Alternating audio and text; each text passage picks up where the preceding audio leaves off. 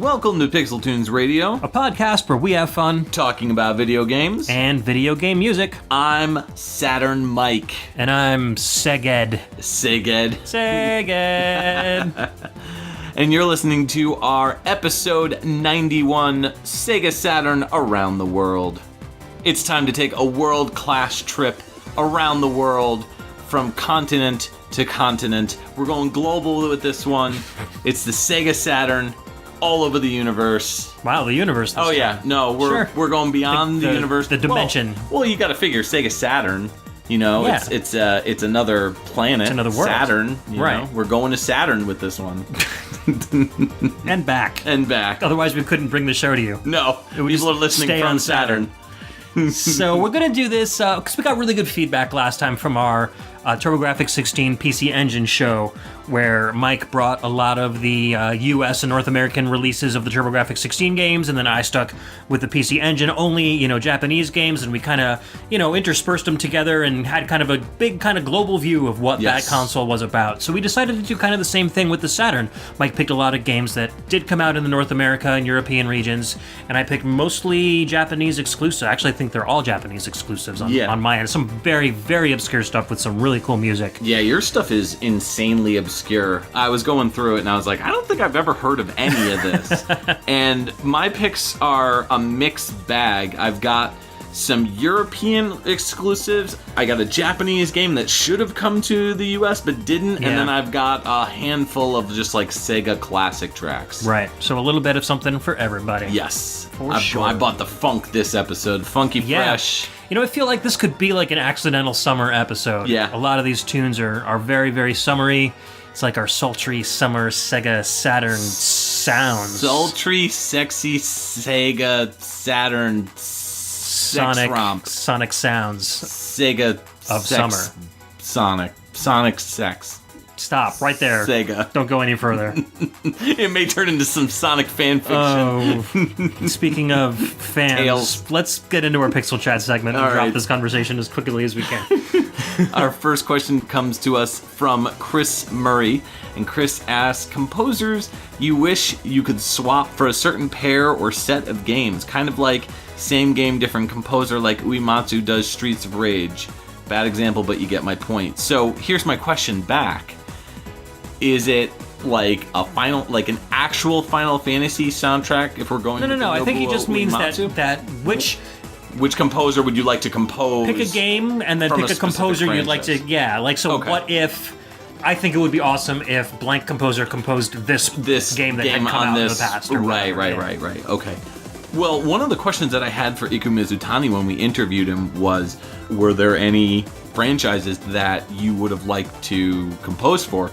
And, he gave this typical, I don't want to say, I'd gladly work on any game. But I really want him to say Castlevania. I'm sitting here and I'm like, oh my God, can you imagine? Yeah. Could you just... my heart did little pitter-patters there for a minute. What about you? I just want to call out Uematsu does Streets of Rage, because I keep looking at that and I'm like, what would that even sound like? It would be like American 50s rock. I can't see him doing like a orchestral, and those are really the only things that... orchestral techno. Yeah, well, maybe that'll work. Symphonic techno. Oh man, what would I pick? This is a good question. I mean, I would like to see Tim Fallon do anything. He's already done Violent Commando, so I don't have to worry about that. Right. Yeah, no, Tim Fallon, if he did collaborated on a Guilty Gear soundtrack, that would be so epic. Oh, that'd be awesome. I think because the music is such a big part of that game. Yeah, that's what I would like to see. That would be cool. Man, I agree. If only. Dreamin'. Yes. All right, second question from our pal Trevin Hughes, otherwise known as Jredd. Is there a game that has a CD music variant, but you actually prefer a chiptune version of a track? If so, which version of what game, and explain why? Ooh. There's a lot of Sega CD games that have better versions of the soundtrack, in my opinion. Calling out Matt Furness on this one for sure. Yeah, I'm gonna say Wolfchild. Yeah. Definitely. Oh, yeah. And I'm gonna say Soul Feast versus Soul Dees. Okay. I like Soul Dees better. That's the one on the Genesis. Right. El Viento had a port that originally came out in Japan only on the Mega CD. The Genesis version, in my opinion, is way better. So pretty much anything by Motoi Sakuraba with that Genesis bass. That Genesis bass. Yes, that Sakuraba bass. Yeah, like I said, the FM stuff with Matt Furness. I need a t-shirt that says in big white letters, black t-shirt, it just says Dat Sakuraba bass. Nice. I think I'd rock that. Oh, for sure. The only other thing I can think of is, I just talked about it last episode, the Mega Race soundtrack, where there was the that CD audio version that was kind of Amiga-ish, and then that really cool Stefan Peak FM version that was incredible. So yeah, I think those are some pretty good examples of those. We'd actually like to hear what you guys think too. So definitely comment on our Facebook group if you guys have any favorite chiptunes that also have CD variants. Or shoot us an email too. You can also email us at pixeltunesradio@gmail.com to give us an answer to these questions. Sure. Speaking of questions, our last question comes French from, all of a sudden? Comes from Marlon from Mega Drive Profile, and he asks, what game do you think has great music but does not fit the game at all?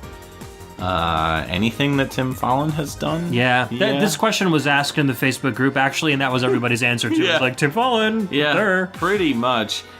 I would say that most other composers usually do a pretty good job of matching the visuals with the music. Well, it's funny because Marlon actually requested the Neketsu Oyako soundtrack from our fan favorites, and that was the beat 'em up that sounded like it had a shmup soundtrack. Oh, so right. that kind of came to my mind too. So maybe that instigated this question here. Yeah.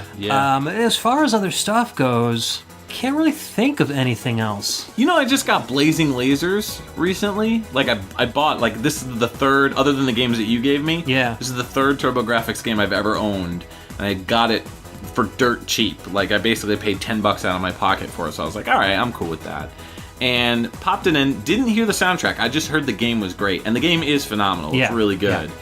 But I'm listening to the soundtrack and I'm like, you know, this just needs something. Like, it doesn't belong. Like, to me, it doesn't have that energetic. Like, I feel like I was playing visually a Genesis shooter, but audibly I felt like I was playing like not a shooter. So I'm gonna go with Blazing Lasers. Cool. Yeah, I'm not as familiar with that soundtrack. Yeah, but, it's just wonky. I don't know. It has that TurboGrafx sound to it that really could fit in like any game almost. And so it's not high energy like a lot of the Genesis shmup tracks are. So, I don't know. Interesting. There's actually another game coming up in this show that kind of has great music but doesn't really fit the game either. And we'll talk about that in a bit. Word. So thank you guys for your Pixel Chat questions. You can always send us Pixel Chat questions at pixeltunesradio@gmail.com, or keep an eye out for when we do a call to action on our Twitter or Facebook pages, and you can submit your questions there as well. All right, so the Sega Saturn. We love it, you love it. It's a very underrated system. The system came out in 1994, November 22nd in Japan, and May 11th, 1995 in North America, and July 8th, 1995 in Europe. This was the system that came out after the Sega Genesis. It's the first 32-bit machine, aside from, I guess you could say, the 32X. I don't know. The 32X was kind of like technically not a 32. Well, no, the 3DO was 32-bit. That definitely came out before the Saturn. I mean by Sega. Sega's first. Well, Sega's first dedicated 32. Dedicated 32-bit platform. Yeah. Right. The system itself was very difficult to develop for. It's like notoriously difficult to develop for. 2 different video processors. Right. Not too much RAM. A very kind of wonky audio chip, which we'll talk about a little bit as we go through the show. And it had a surprise release too, with a very kind of lackluster launch with some very incomplete and very wonky games as well. Yeah, the system launched like the day of E3, right? This is They're like, surprise! Yeah, this is before the internet really kind of took off. So, like, I mean, the internet was around, it was a thing, but nobody knew about this system coming out, and so they were just like, surprise, here's the system! And then Sony was like, surprise, $100 less! And they announced their PlayStation 1 console, and that right there just doomed the Sega Saturn, unfortunately. Which is unfortunate, too. I mean, the system got off to a rough start. It had a lot of detractors. I feel like it got a really bad reputation, and people hated it for a long time, but only now, like within the past 5 to 7 years, people are really starting to dig in and see what was really available. And there's also been a lot of advancements in being able to easily play import titles in the US. For a long time, but it just, you had to have a Japanese unit in order to play Japanese games. Now it's getting easier and easier to have, one console that'll play both regions. And there's so much great stuff from Japan, which I'll be demonstrating as the show goes on, that people missed out on. And so, I think nowadays it has more of a nostalgic feel, and people are discovering it for the first time and realizing there's a lot of cool stuff. So hopefully it will be remembered as a better system than, it was in like the last 10 years or so. The console was the first Sega console to launch without a Sonic game. And the Sonic game that was planned to come out, Sonic Extreme, was just buried with tons of development hell that it was stuck in. We talked about that in our Unreleased Gems episode. Yes, we did, with Aaron Hickman. Right. So, unfortunately, the Sega met its demise in 1998, at least in the United States. It sold about 9.5 units approximately worldwide. 9.5 units? 9.5 units. Who got the half a unit? I'm sorry, 9.5 million units. Oh, okay. Yeah, sorry. Yeah. Here's your half a Saturn. Sorry, you couldn't afford the whole thing. So the system also had the ability to expand the RAM with a RAM cartridge that you plug into the top of it, and this worked really fantastic for a ton of different reasons. It could make it so that the system could be region unlocked as well if you use an action replay. You could also do a hardware mod on the system itself, which allows you to play burn games, allows you to play different games from different regions. I have a Saturn that's region modded hardware, like a hardware region mod, and I think you use the action replay, right? Yeah, I've got an action replay mod. You really, if you're gonna own the Saturn, you have to mod your system, because the American library is very tiny in comparison with the Japanese Saturn library, and games came out way beyond the year of 1998. I mean, there were tons and tons of games coming out, which we'll get into in just a bit, but I don't know. You got anything else to say about the lovely Sega Saturn? Well, also the fact that the games are on CD, and they don't have the lifespan that cartridges do. True. And especially like international shipping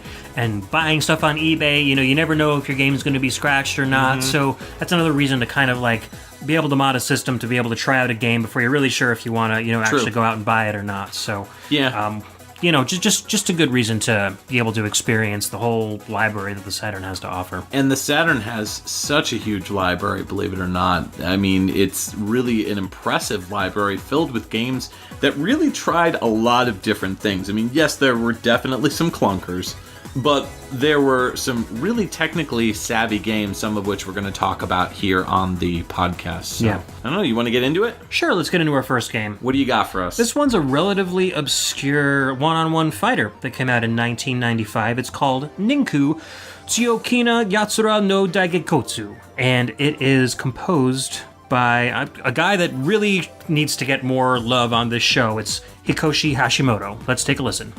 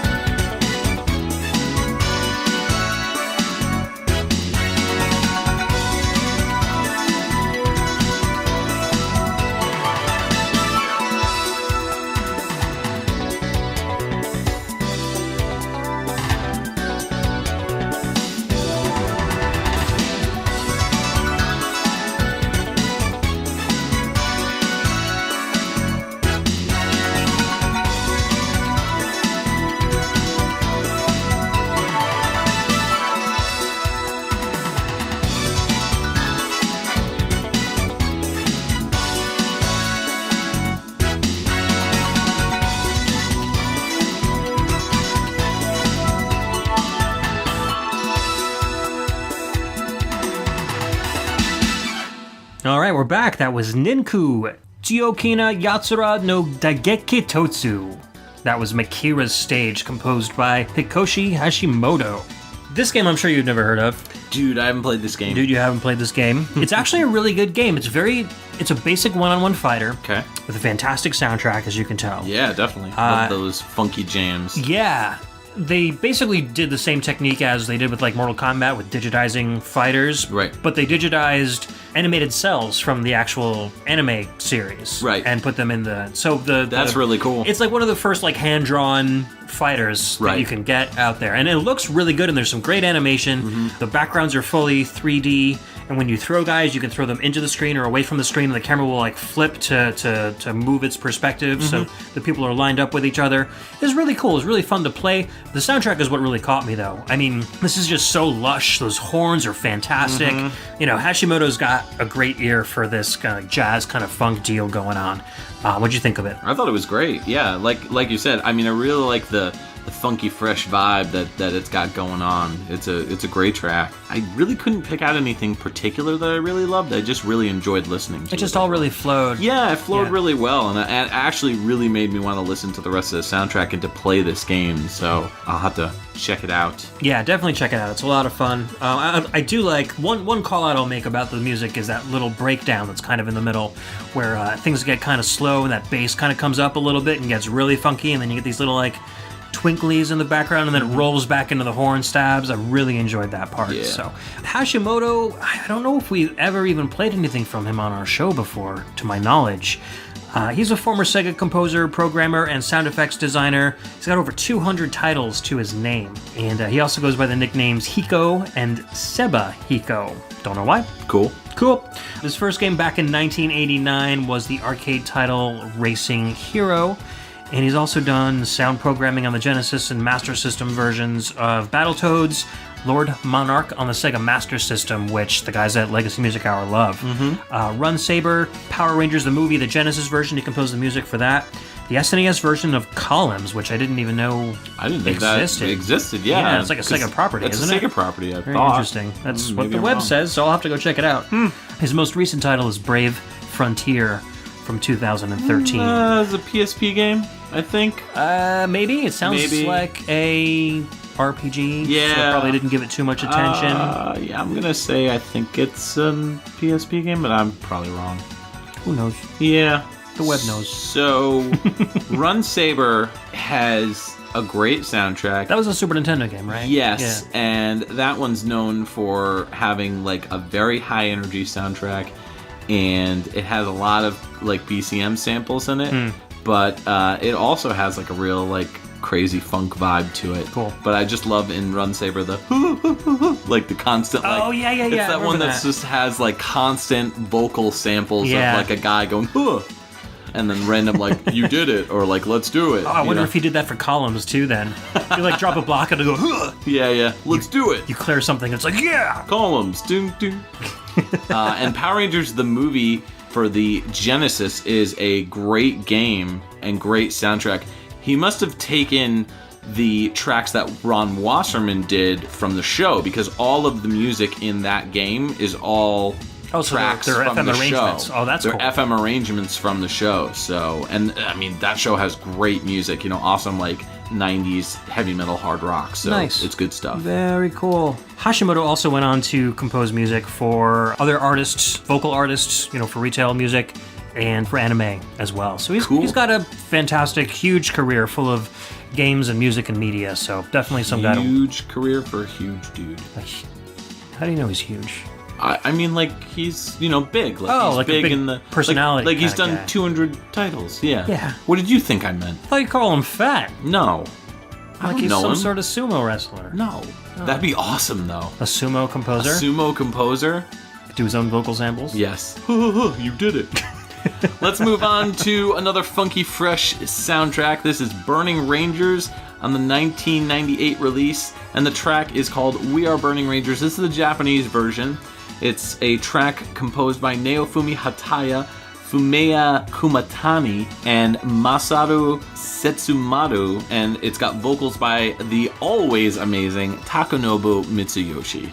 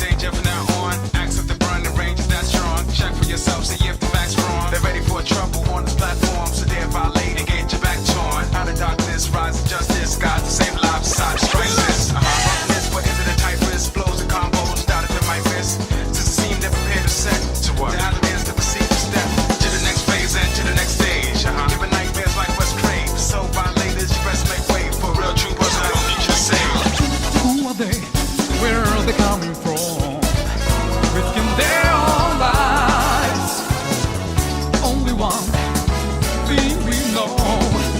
There will be the fighting for danger. They will never let you down.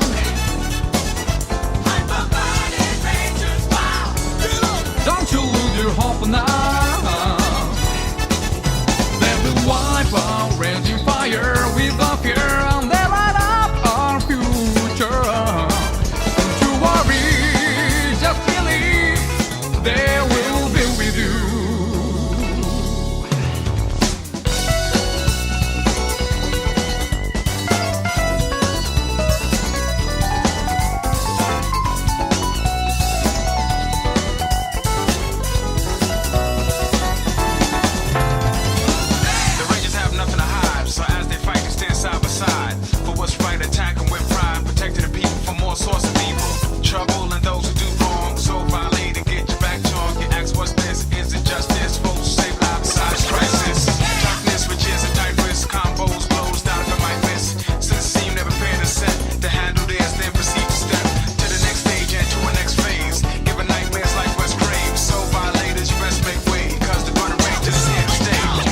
Don't give up, don't say you wanna cry, and don't forget to smile.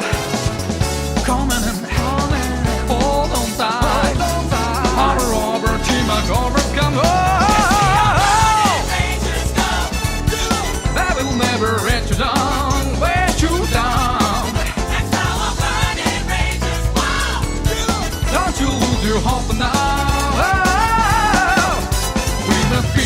A lot of hope for the one counting on us in the darkness.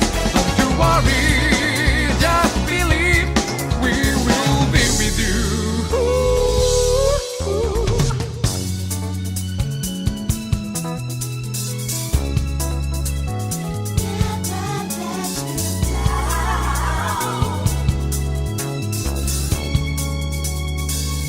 Burning.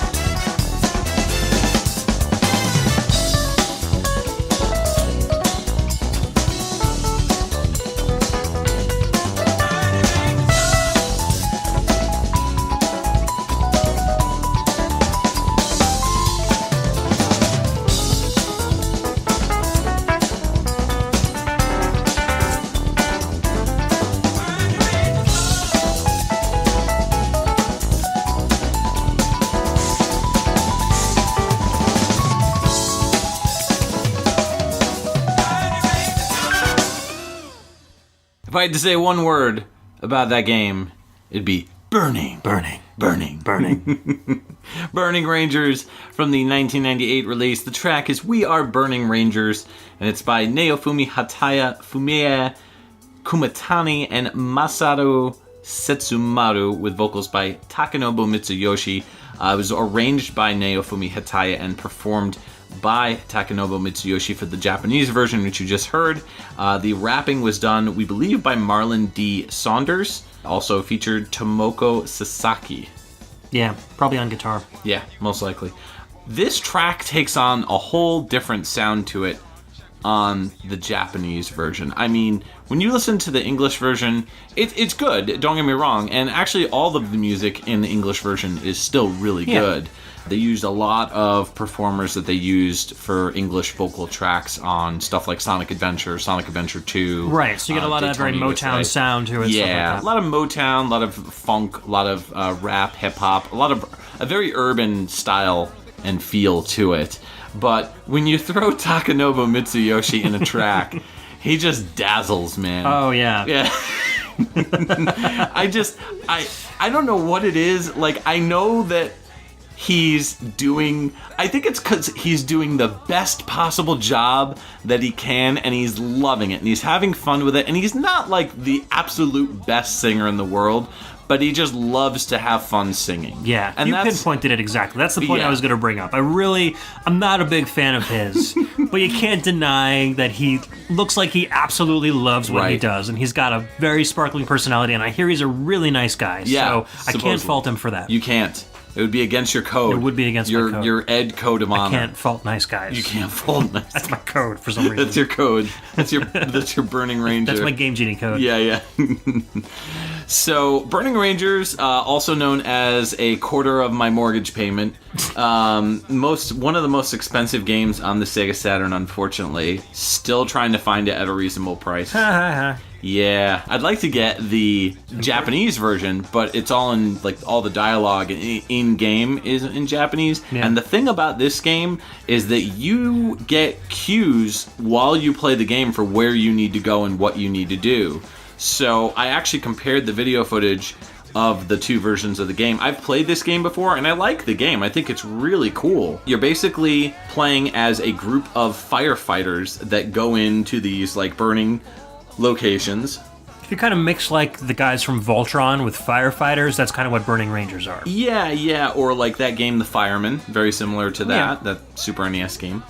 You're going through and you're shooting the fire with these energy blasters, and for whatever reason it's I don't know, it's not water, but it is killing the fire. Because energy puts out fire. Energy puts out fire, clearly. I guess mass force, maybe? I don't know. Anyways. Wind cannons? Wind cannons. So, then you collect these crystals, and the crystals are very similar to, like, when you're playing as Sonic, like, you have to have at least one in order to survive the fire. If you can't recover... So they're like rings. Yeah, pretty much like rings. So if you don't recover them, then you can die. You go through lots of different stages, like, underwater locations and space stations and, like, these factory-ish type levels. And you're going through, you have this cool jetpack that'll allow you to, like, do all these neat maneuvers and stuff. As you're going through the game, you can also save people, too. So you need to get enough crystals to save them, and if you save them, then you can save the day, I guess you could say. Sweet. So things are just constantly on fire all over the place. Is there, like, a big bad guy that's constantly setting things on fire, or...? Yeah, kind of. No, it's not like that. I haven't gotten that far in the game, so okay. I could be wrong. So we don't know where these fires are coming from yet. Yeah, I've really only played, like, maybe the first or second stage, through, and really enjoyed it. I had a lot of fun with it. The game is probably one of the most technically advanced for the Sega Saturn. It's a full 3D rendered game, and when I say that, I mean that the entire game is fully, like, 3D polygonal. It's not using or utilizing, like, the tricks, or it might be, but other Saturn games that use 3D, they don't use the same hardware capabilities because they make it, like, for example, in Dead or Alive, when you're playing that fighting game, the background itself is 2D, but as you are rotating, it's like redrawing the graphics. Yeah, it manipulates the sprite layers. Right, so it's like redrawing the graphics on the fly, and so technically speaking, it's really impressive anytime you see, like, really advanced 3D on the Saturn. But this game, they started working on it around, like, 96. It didn't come out until 98, which was pretty much the Saturn was done. It was completely done at that point. And so it was one of the last titles, didn't sell very well, had a very low print run, and that's the reason why it's worth, like, oodles of money. I think right now it goes for, like, $400 or $500. Yeah, I do remember being at, like, Toys R Us when I was a kid and seeing this on the shelves, and probably should have bought it. Probably. You could have paid off a quarter of your mortgage. I don't know. I did do that with Guardian Heroes, though, so I still have that in box. So. Nice.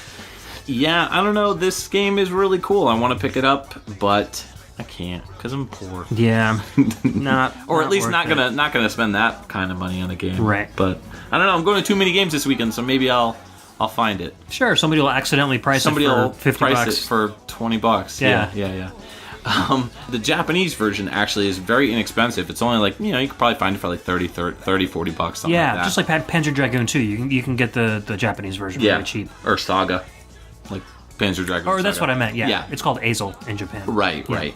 So, the imports will be your friend when it comes to that, but import-exclusive games will not. Import-exclusive games like Bulk Slash and other titles that we've talked about in the past are, like, very, very expensive, so be prepared to pay a lot of money for the Saturn. It's very difficult right now to get into the Saturn. Very similar to the TurboGrafx, which we talked about a little bit on that podcast episode. Exactly. Yeah. Right. Well, speaking of import exclusives, why don't we get into our next track? This one is called Cube Battler, Anna Mirai Hen, and this is Hiroshi's theme from Takashi Nitta, Horimukai Naoyuki, and Yamahara Kazuhiro.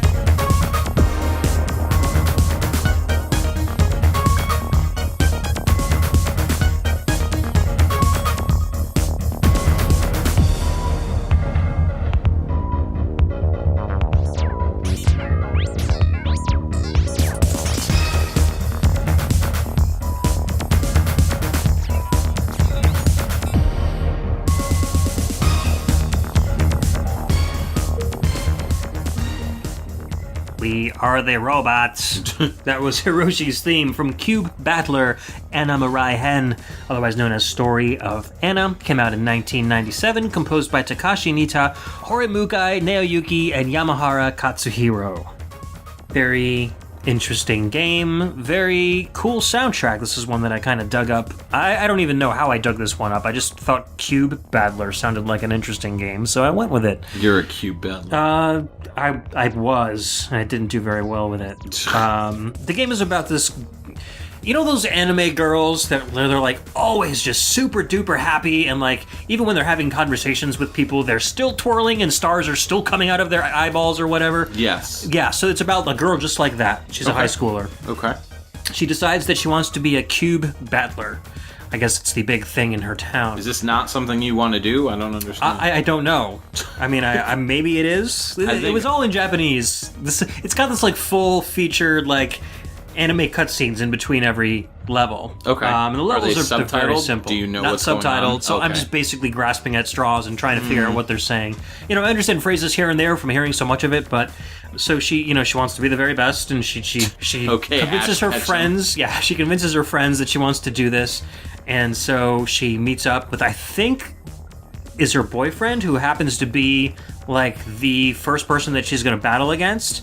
And so they get into this big arena, and suddenly these cyber suits appear, like holographically appear on them, and then they start battling with these cubes, and then the girl loses like 8 times because I couldn't figure out how to play the damn game. So it's weird. You get like these full motion pictures of the characters, and they animate like they're, you know, in real cartoons, but then you get these cubes and they match the pictures. So you have to like take these cubes and put them on the right places. Like it's a grid, it's like 9 by 9, so you have to like fit the right cube in the right place, and depending on how you move them and what you do with them, you can attack the other person so they lose their cubes. And you can rotate the cubes somehow, which I couldn't figure out how to do, which is why I kept losing. It's a very basic game, but the soundtrack is really cool. I think it's basically like, we made a cartoon, we want to put it on the Saturn for some reason, so here's a stupid game to put in between this cartoon. Okay. Like, the anime is good. It's well voiced, it's well animated. The full motion video quality is very good. So I think the main reason you'd want to buy this game is if you wanted to watch kind of like an original anime that didn't come out, anywhere else. But which a lot of Saturn games utilized. Yeah. I mean, a lot of Saturn games took advantage of stuff like that. yeah. But I really like this track because it kind of reminded me of some of the more industrial stuff from like Eternal Champions. Was it Rax's theme, I think, sounded a lot like this one. Okay. And, you get those little synth stabs here and there. Some fun little solos and you stuff. mentioned Kraftwerk. It definitely had a Kraftwerk vibe to it. Yes, we are the robots indeed. Yes. So, and a lot of these composers I haven't really heard of before either. So I did a little digging and found that Takashi Nitta mostly worked on Japanese releases. So he's known for his work on the Tokyo Majin High School and Kowloon Treasure series. He arranged the Windows port of Eggerland, which is part of the Lolo series, in 1996. Oh, cool. And then his most recent titles are 2016's Root Letter for the PS4 and Vita, I think it was a visual novel, and then God Wars Toki o Koete in 2017. So he's still in the composing business to this day. Cool. 20 years later after this game came out. Naoyuki Horimukai, I think is actually Naoyuki Horiko. I think the translation might have gotten a little botched when we looked the name up. No composers show up under Horimukai at all, so it's most likely Horiko. And this is because a composer by that name also worked with Takashi Nitta on the Tokyo Majin High School series, so I think these guys probably worked as a team. He mostly does arrangements for retail CD albums based on games like stuff from the Halo series and the Super Robot Tyson series, but he recently co-composed the soundtrack to the Captain Harlock feature film, which came out in 2013, so he's doing like film stuff now. Oh, okay. And then Kazuhiro Yamahara worked with Takashi Nitta doing the sound effects for Eggerland in 1996, which was the game that Nitta composed for. He had an audio programming credit for D2, which came out on the Dreamcast in 2000, and in 2007 went to work on the Spectrobes series. So he did the original game, Spectrobes Beyond the Portals, and Spectrobes Origins. And after that, he started working on Pretty Rhythm, which is a Japanese-only Taito game series that was like absolutely huge. It even got its own manga, so he's been writing all the music for that stuff. So these guys ended up having pretty blossoming careers after this kind of obscure, kind of lame Japanese Saturn release. But it does have a good soundtrack. If you are into anime and you do understand some Japanese, you might want to check out the anime sequences in between the gameplay. I wanted to see more of it, but I couldn't get past the first freaking stage, and there's no YouTube video of it at all, so I kind of had to deal with just chilling out and listening to this track, so... Sad face. Yeah. So that's all I got. What you got next? All right, well, coming up next is a little game called Mr. Bones. Came out in 1986, and the track is called The Last Word, and it's by Ronnie Montrose. An American. Yes.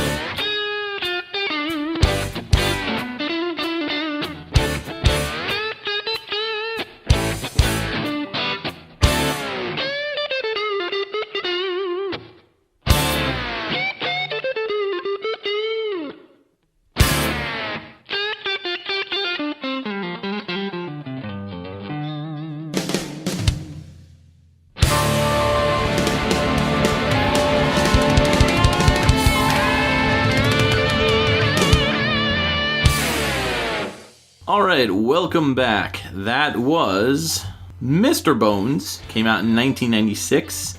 The track is called The Last Word, and it's by the late Ronnie Montrose.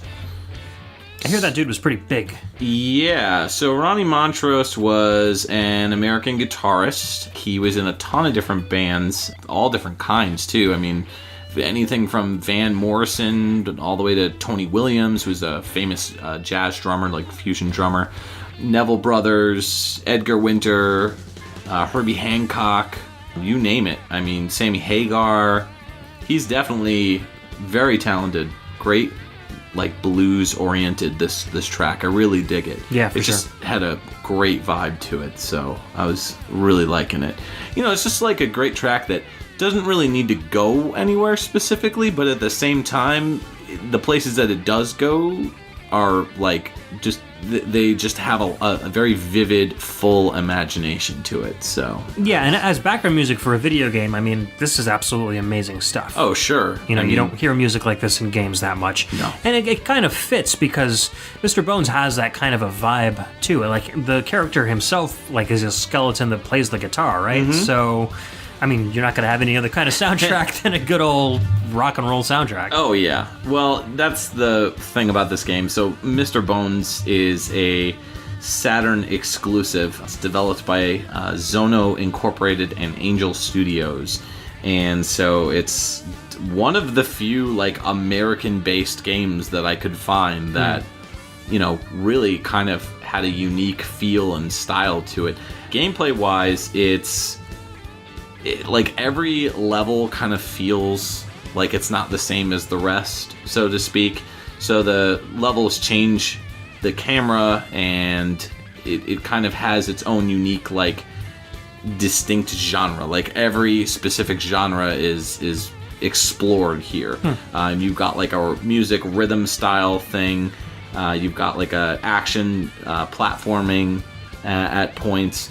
So it's pretty unique. It's definitely one of the more, like, wacky American-based games. I didn't realize it was that varied. That's cool. Yeah, it's pretty unique. I mean, it's definitely a different style to it than other Saturn games coming out. Actually, a lot of the American-based exclusives were very unique and very different, even the ones that were ports. Yeah. You know, games like Machine Head and Grid Hunter and stuff like that. You know, very weird, unique stuff, but still really cool. I mean, Sega really wanted to set themselves apart, I think, Yeah. from Sony and PlayStation's more traditional kind of games. Mm-hmm. I don't know if that really made them succeed or not, but we got Yeah. some really cool games out of it. Definitely, and I think it's a library of games that was far more advanced than its time.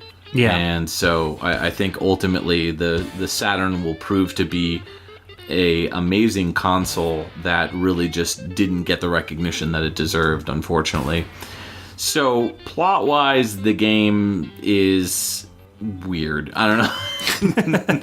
There's this guy named Degulian, and he is a evil philosopher who wants to purify the world with evil. And so he finds this one skeleton who is not evil like the rest. He's The good skeleton. yeah, pretty much.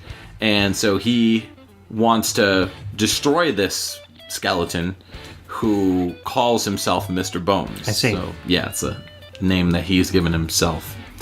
So I've only played this one once, but I really wanted to pick it up and check it out. Like, go out and get the game.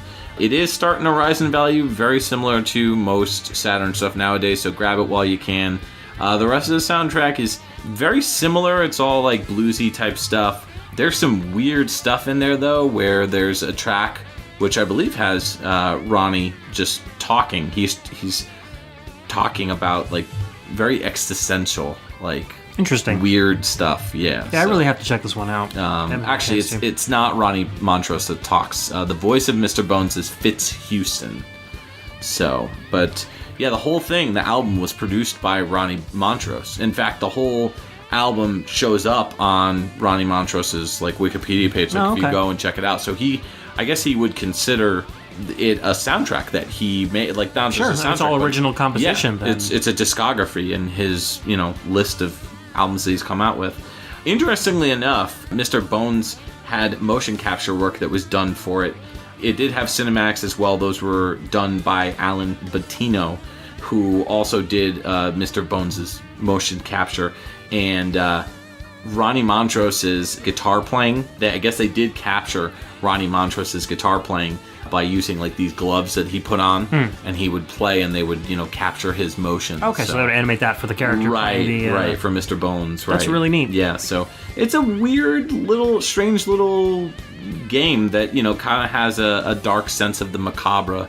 So if that's something that you're interested in, I say go for it. Sounds good to me. Yeah. What do we got next? Next up, well, let's have a little racing block, because we both got some racing games. You can't have Saturn show without some racing games. That's true. So we're going to start off with a Japanese release. This is called Koro Q Park.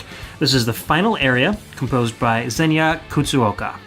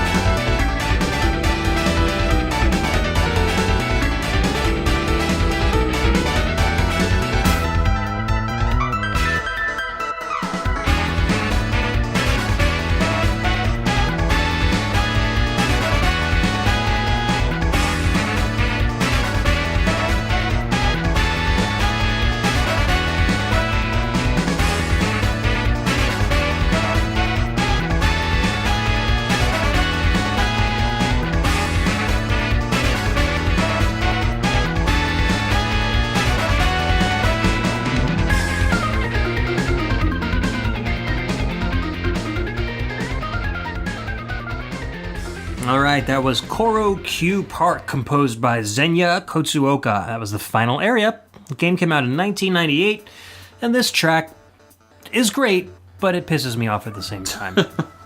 I mean, well, you start off, you got those nice little horn stabs, and it goes into this really cool piano solo, and it's very high energy, and that bass is like da da da da da da da da da da, and then you get this really cool like Rhodes organ solo that comes in, and that's like my favorite part, and it fades out like 2 seconds after the solo starts, and then it just goes to silence. I'm like, why would you do that? Can't appreciate a good organ solo. I know. I love playing organs. Wait, what? So I don't know. Maybe they just ran out of room on the disc. I don't know.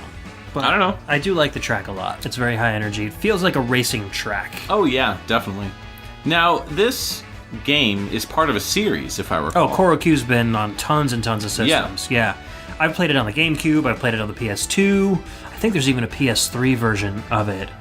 And they're like, it's like a car PG, I guess they kind of call them, some of the later titles, because there are tons and tons of cars to collect.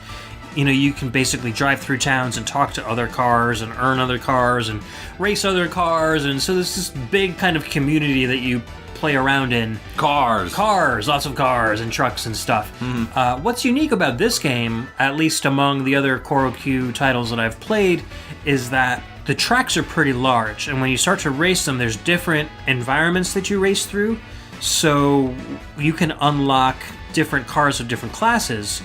And so you would like start on a street, and so you would pick a car that's good for street, and then you would race across this little barrier that says the word change on it, and then you would pick a car, like ahead of time, you pick like 3 cars. So you would pick a car that's good for the mountains, and then you would pick a car that's good for like rallycross style. So your car would change to these different cars as you're driving through these different environments. Like a relay. Essentially, yeah. Kind of, yeah. Except you don't like tag it out. You just Right. you pop It just into automatically changes. Right. So a lot of it is, your racing skill, but also depends on what kind of a car you pick and how strategic you are and what level up your car has and stuff like what you've unlocked so far. So there's a good amount of tactics involved with the racing as well. And it's fun. You can upgrade your car and you can, earn money, or you can just drive around the different cities and towns, and they're pretty big maps. And I had some fun. The control was a little wonky. The graphics are a little wonky. There are definitely quirky games that are better than this one.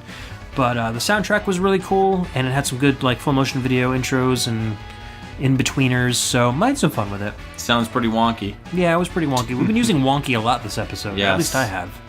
The Saturn, I guess, was just very Wonky. Yeah. So tell me about the composer. Well, Zenya Kutsuoka hasn't done any games that we've featured on the show so far. He's a guitarist, bassist, keyboard player, drummer, and sound programmer. He owns and operates Studio Poro Raka. And he came up with that name because poro is a word in Japanese that relates to the ebb and flow of a tide on a large river. So he named his studio Poro Raka to describe his music as rock that goes against the normal flow of things. So, very creative. Okay. Japanese love their little portmanteaus. He cites the Beatles, Queen, Led Zeppelin, Jeff Beck, and Yes, amongst others, as his musical inspiration. So I kind of get a little bit of that Definitely. in this track. Very much so with Jeff Beck and Yes. Yeah, for sure. And so he's also composed soundtracks for Hajime no Ippo on the PlayStation, Kimomoro Hero School, Love Pachinko, Rescue 24, City Bravo, and a whole bunch of other ones for the PlayStation. He's done the KoroQ games for the PS2 and the Wii, and Dinosaur RPG for the Nintendo DS. And then there's like a series of quiz games that only came out in Japanese arcades that he's also done music and sound effects for. Is it Koro or Choro? It's Koro. At least that's how I've always pronounced it. I would think it's Choro, based on the fact that it's based on a Japanese pronunciation. Because the H wouldn't be silent.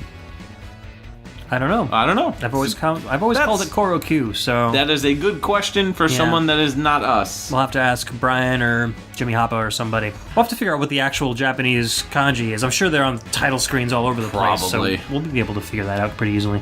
Yeah.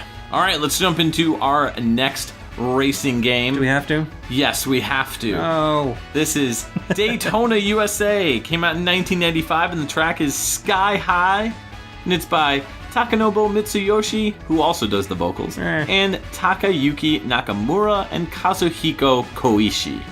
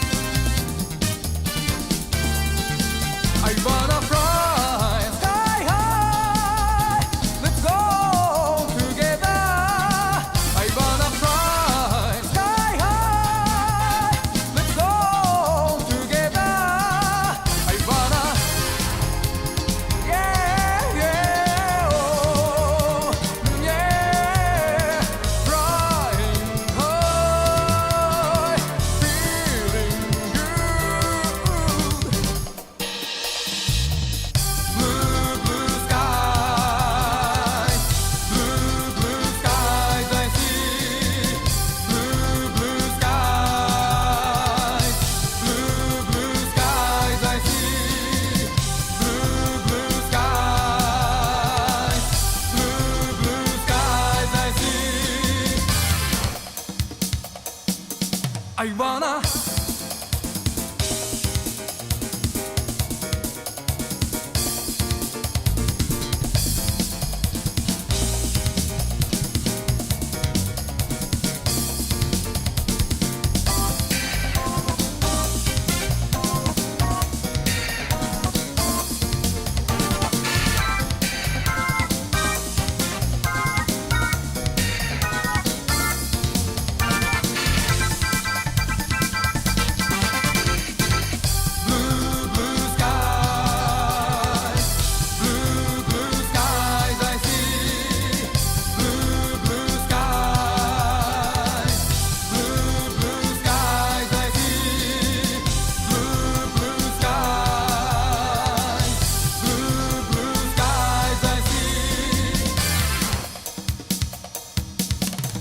fly sky high.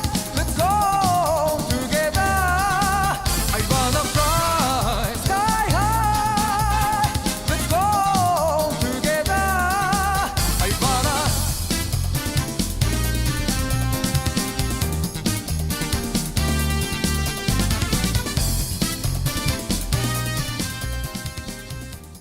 do do do do do do do do do.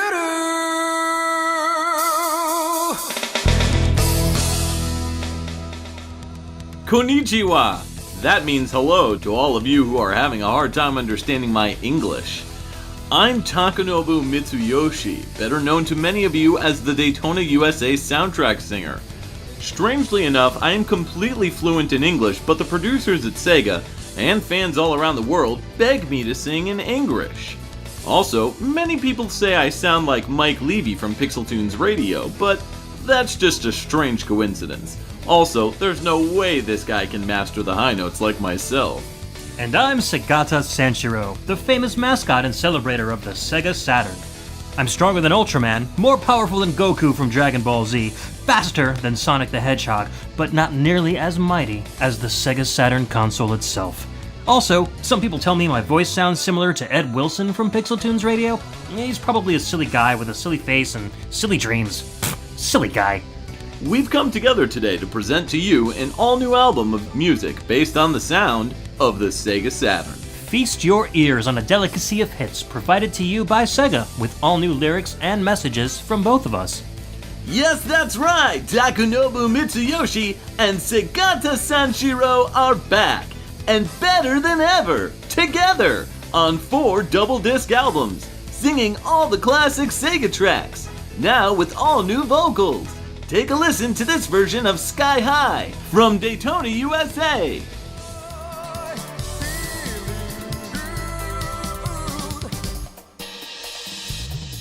Bye Sega, or I'll kill you. Sound of Sega, flying through the sky. Okay. 32 bits of fury, 3D motion, polygons, beefy. Praising you, all day food and fury. Memory expansion, CD-ROM for you, for justice. Brew, brew, brew, brew, brew, brew, Sonic. Okay, that's it. Cut the music, dude. What the hell? What? You're being insanely racist. It's not racist, we're both Japanese. Come here, I'm gonna beat that awful stereotype right out of you. Stop! Your shoulders scare me. Wow! Segata and Mitsuyoshi's greatest hits, coming to your local Pam Woody, Raspberries, Recordland, Cocoa Butts, and Phoenix Records in 1995.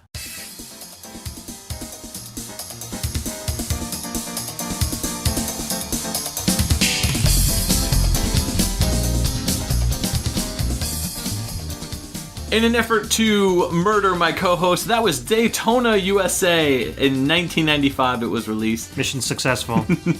Your head explode. My head explodes. Sky High was the name of the track.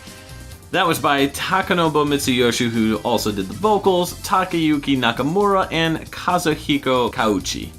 So, Daytona USA. We played this one back on the Racing Games episode, way back on episode 8. Did we? I believe. I don't even remember. We didn't play this track. I think I blocked it out. Yes. We played, I think, Rolling Start, or... No, I think it was Let's Go Away. No, No? Yeah, it was Let's Go Away. Yeah, it wasn't Sky High, though. No. I love this soundtrack. It's just so fun and energetic. And when you're racing in a game like Daytona, it's like crucial to have a soundtrack that's going to keep you motivated, keep you energized, and keep you running and feeling sky high. I suppose. I was talking to Ed about this track, and really about Takanobu Mitsuyoshi in general. And it's no secret to the long-time listeners of the podcast that Ed is not a fan of Takanobu Mitsuyoshi. He writes a good song. They're simple, they're fun, they're easy. They're earworms, and I think that's one of the reasons why it's like double bad for me, because there's something about his voice. Is it the English? No, it's not the English at all. Okay. It's the tone. It's like whenever he hits those long sustained notes, it's like this flat tone that just burns my eyeballs. It hurts my eyes. I don't know why his voice hurts my eyes, but it does. Okay. I think it's just an incompatibility with his mouth and my ears somehow. I don't know. But because they're so catchy, you end up singing it to yourself. Because the lyrics are so simple. Exactly. Yeah. And so it's like a double-edged sword, and it's this vortex of self-mutilation by Mitsuyoshi.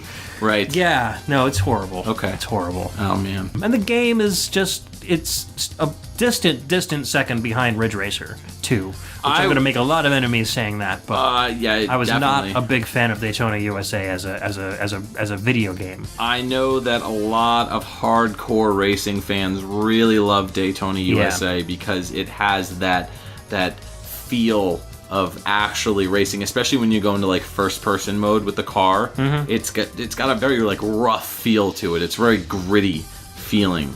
And I've watched people that are way better at it than I am play.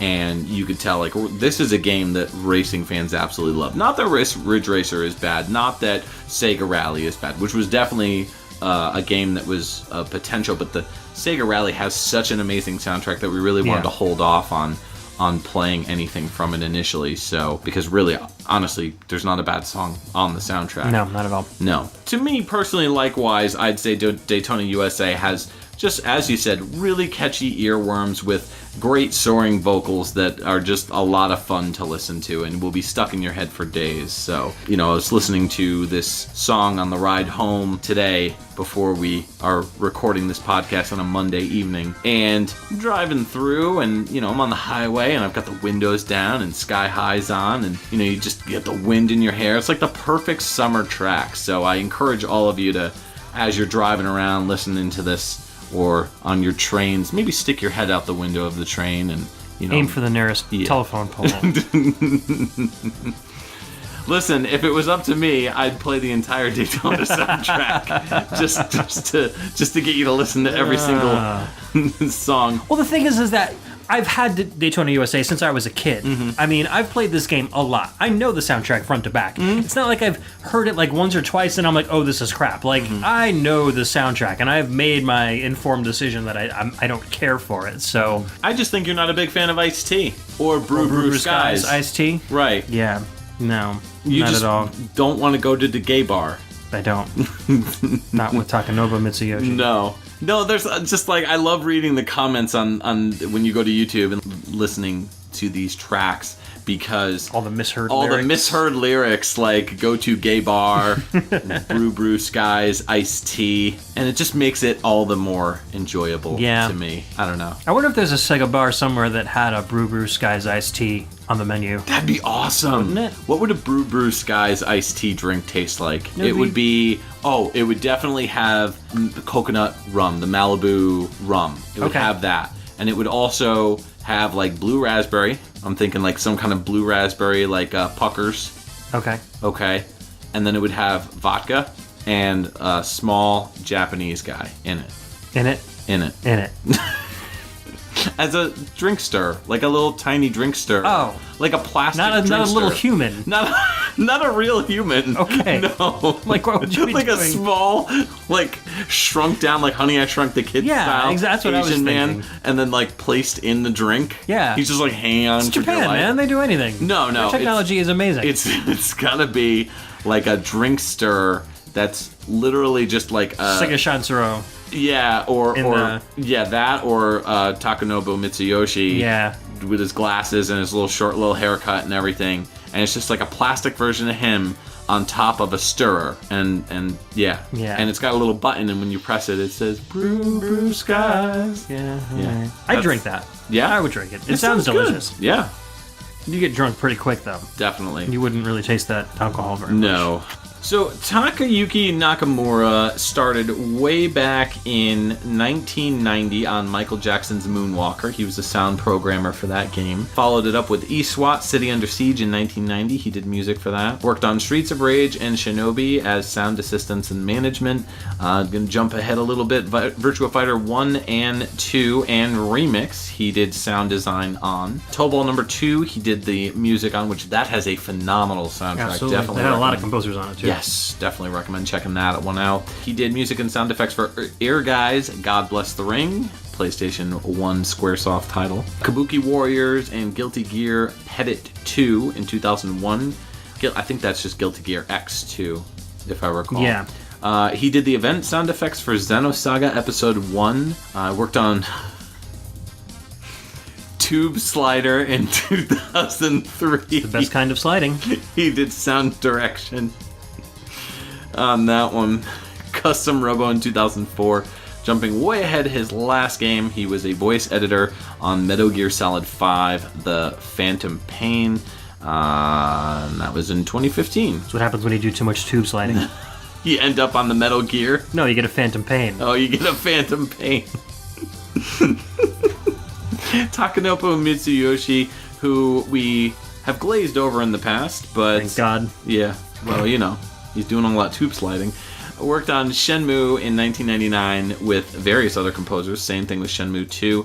Sega Rally 2006. Let's Go Jungle, Lost on the Island of Spice in 2006. That was that Spicy. arcade game where you got into like a fake car and you know you drive around shooting at stuff. Oh, that's cool. It was really fun. They have it at Fun Spot actually. Neat. It's really cool. His first game was R360 G-Lock. Oh, I remember that. 1990. It was Earthframe G was the track I believe he composed on that. That was that big spherical game that you would get in, and it would be kind of like Afterburner, but Yeah. you would go upside down and Yep. tilt all over the place. Cool. He also did Outrunners in 1992 with Takayuki Nakamura, Daytona USA in 93, Virtua Fighter 2 with many other composers, Sega Rally Championship, Sonic the Fighters with Maki Moro, Virtua Fighter 3, and Virtua Fighter Kids. He's done tons of work. His last game, which is coming out very shortly, is Daytona 3. He's back!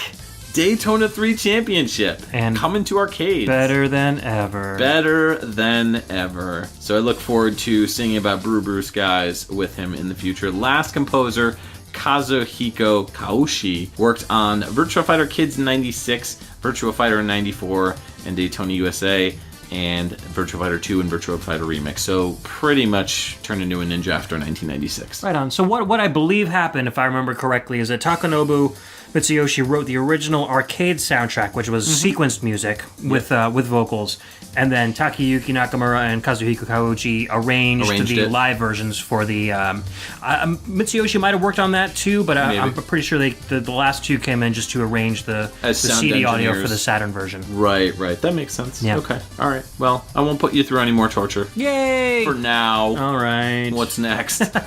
Next up is, I just have a weird obsession with the series, Hebereki's Popoito. This is the Saturn version of the game. This is Stage Theme 2 from Kenichi Hirata.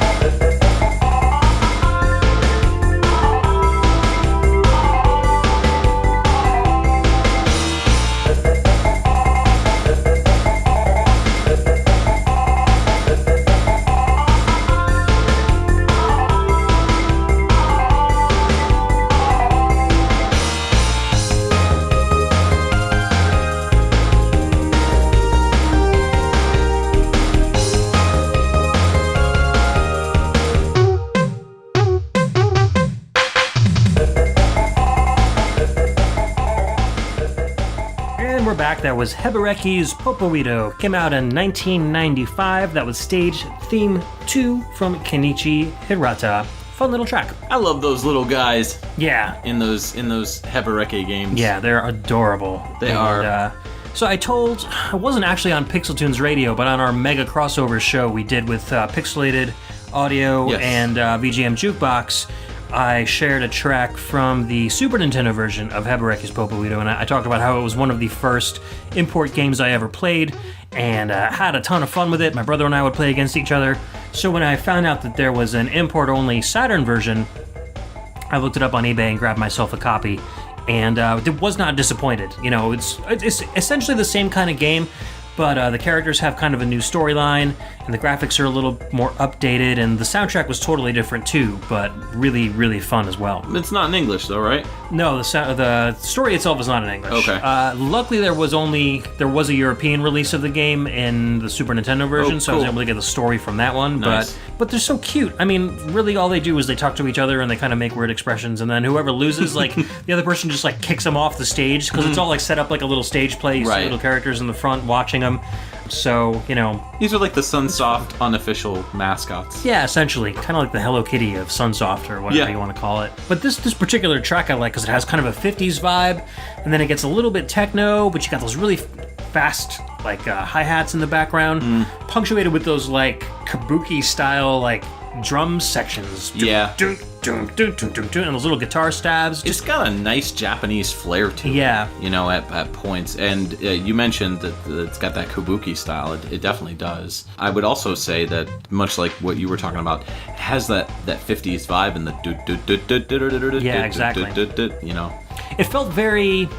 like old school, like very Nintendo, very Super Nintendo, but kind of updated with, you know, its Red Book audio, so they didn't have to worry about low quality samples or anything like that. The loops are only about like 45 seconds long, so even kind of fit that 16 and 8-bit music aesthetic too. So I just thought it was a nice throwback to kind of like classic music on the Saturn. So, fun game. Kenichi Hirata composed music almost exclusively for Success Corp, who were the guys that made the Fantastic Night Cotton games, all the Cotton 100% and all that stuff. His first game was Fantastic Night Dreams Cotton in 1993, and after that he wrote the music for Panorama Cotton and Marching Adventure Cotton in 94. Then he did Keeper and Hebereki's Papoon also in 94, and then this title came out in 95. After Hebereki's Popoito, he wrote the soundtrack for Psycho's Soul Divide, which was a really cool side-scrolling shoot 'em up, which came out on the Saturn and the PlayStation, I believe. Hebereke's Papoon is what you ride when you're done with Tube Slider. The Papoon. Yeah, you ride the Papoon. Yeah. Hebereki's usually not very happy at that point. No. He did the music for Fantastic Night Dreams Cotton 2, Rainbow Cotton, and Crossroad Crisis. These were all Success games.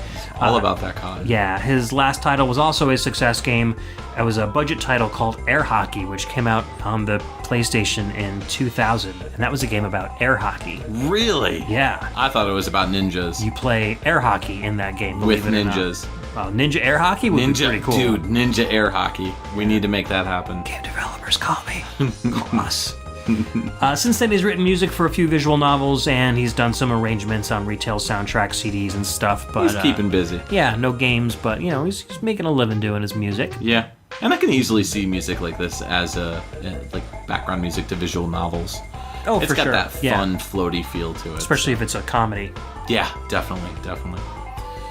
All right, let's move on to something a little more serious and a little more exclusive to the European version of But still this featuring game. ninjas. Yes, but still featuring ninjas. This is Shinobi X, also known as Shinobi Legions in the US. This is the PAL version of the soundtrack. It came out in 1995, exclusive to this region, or at least this soundtrack did. And the track is called One, also known as Stage 6 Boss, and it's composed by Richard Jakes.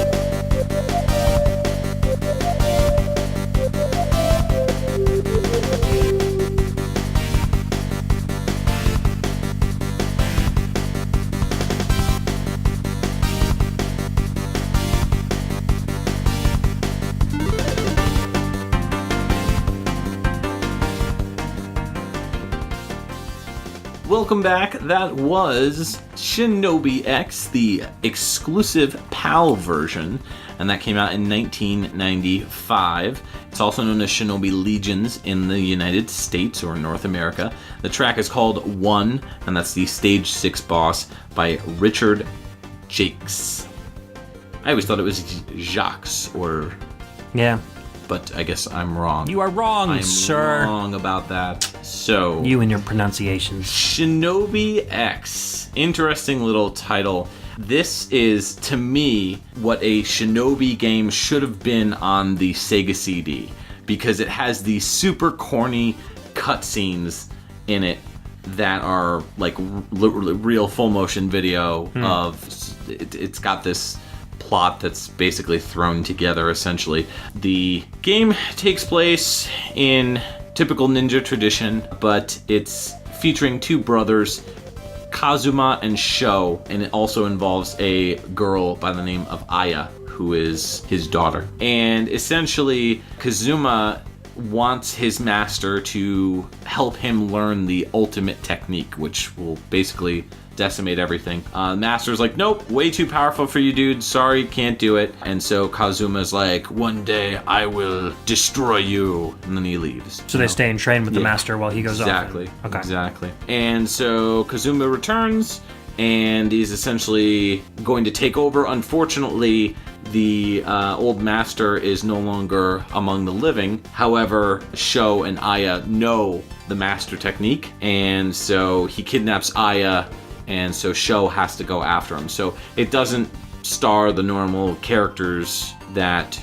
Shinobi normally stars. Joe Shinobi. And yeah. So the European version that was released has a totally different soundtrack to it, as you just heard. Yeah. The game was delayed originally because the producer for Sega Europe did not like the score and wanted to create something that resembled a little bit closer to the original Shinobi soundtracks, like from Revenge of Shinobi, which was done by Yuzo Koshiro. So basically they hired Richard Jakes to do an interpretation of like what Yuzo Koshiro would do if he made the soundtrack. Yeah. So yeah, unfortunately the North American version has the same music as the Japanese version. It's not bad, it's much more traditional sounding and not as catchy, funky and catchy. Right.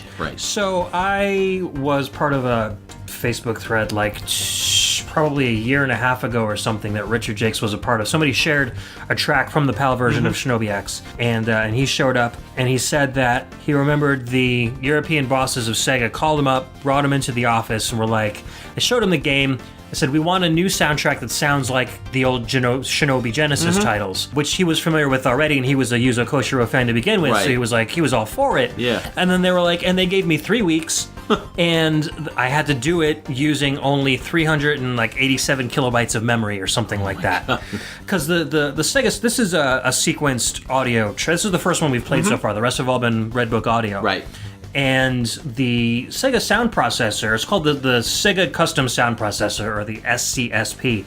It's got integrated DSP running at 22.6 megahertz, super fast, capable of up to 32 sound channels with both FM synthesis and 16-bit PCM sampling at a maximum rate of 44 kilohertz CD quality sampling. Right. Plus FM, 32 channels. It's a monster sound chip. It's only got 512 kilobytes of memory available to it. So you got all this monster hardware with no memory to back it up. A tiny living space. Jeez. Yeah. So already the sound effects for the game were taking up like 200 kilobytes worth of that sound data. So he had to fit the music into that remaining 380 something. So per song he only had like 380 something kilobytes to work with. So his samples had to be really small. But he made it work. This is a great track. Yeah. And you don't, when you're working with sequenced music, you don't really need to use so much memory. If you're not trying to make it sound like a real instrument, more of like a synthesized music, you can make better quality instruments with a smaller file size. So we kind of went with that here, I think. So hardware-wise, the system is actually very powerful when it comes to audio. It's just sequence-wise, nobody used it. I mean, I can't think of a single game other than this. RPGs, like the Langrisser series, Langrisser 3, 4, and 5, I think, came out on the Saturn. They all had sequenced music. Okay. And there were a couple other ones here and there, but by and large, because of that memory limitation, a lot of the developers ended up using Redbook Audio. It was just so much easier to do. Plus, there was just such a huge push for Redbook Audio back in the day. Yeah. I mean, even starting with the Sega CD, the PC Engine CD, the TurboGrafx CD, whatever you want to call it, and then moving on to later systems like the 3DO and everything. I mean, there was just such a huge push back in the day for CD quality audio. So the sequencers and all these other features like the hardware that had specific like drivers, none of that really mattered to most people. They wanted it to sound like a CD. Right, basically. exactly. And I remember even on that Pixelated Audio interview they did with Noriyuki Iwadare talking about the Lunar the Silver Star. He was pissed because he didn't have enough to work with. Right. You know, he made a long, huge soundtrack for it, but then when it finally got into the final stages where they were adapting it to the Saturn hardware, he's like, this isn't what I wanted to do. So when they made the PSP version of the game, that was able to be full, recorded streaming audio, and he was much happier with that version. Yeah. Bummer. Oh well. Well, anyways, the game is really cool. It is a little bit floatier than other Shinobis. It's not as tight, but I would say that it's worth it for the cutscenes alone. They're pretty fun. They're fun to watch. So if you're looking for a cool Shinobi game that has live action cutscenes in it, go for Shinobi X or Shinobi Legions. The problem is getting a hold of this version of the game. Near impossible. I mean, unless you're looking to spend tons of money, you have to import it from Europe. And I'm not even sure it would work on an NTSC Saturn anyway. I believe it will. Okay. Yeah, I believe it will work on an NTSC Saturn if it's region modded for PAL. Right, of course. I believe it will work. Okay, cool. But you just, I would probably recommend if you really want to check it out, listen to the soundtrack, see if it's your cup of tea. If it is, then my best recommendation would be to maybe rip the game, do a mod. If you have a mod chip in your system, or if you have the ability to play modded or burned games, definitely check it out first before you sink in some serious coin to check out the European version. Right on. Mm-hmm. All right, ready for the next track? Sure. Okay, I know nothing about this game, I'm going to tell you right up front, but it's a great track. So, this is Virtual Mahjong, which came out in 1998. This is Battle 3 theme, and the composers are listed as Panama Company Limited. Let's take a listen. Panama! Whoa.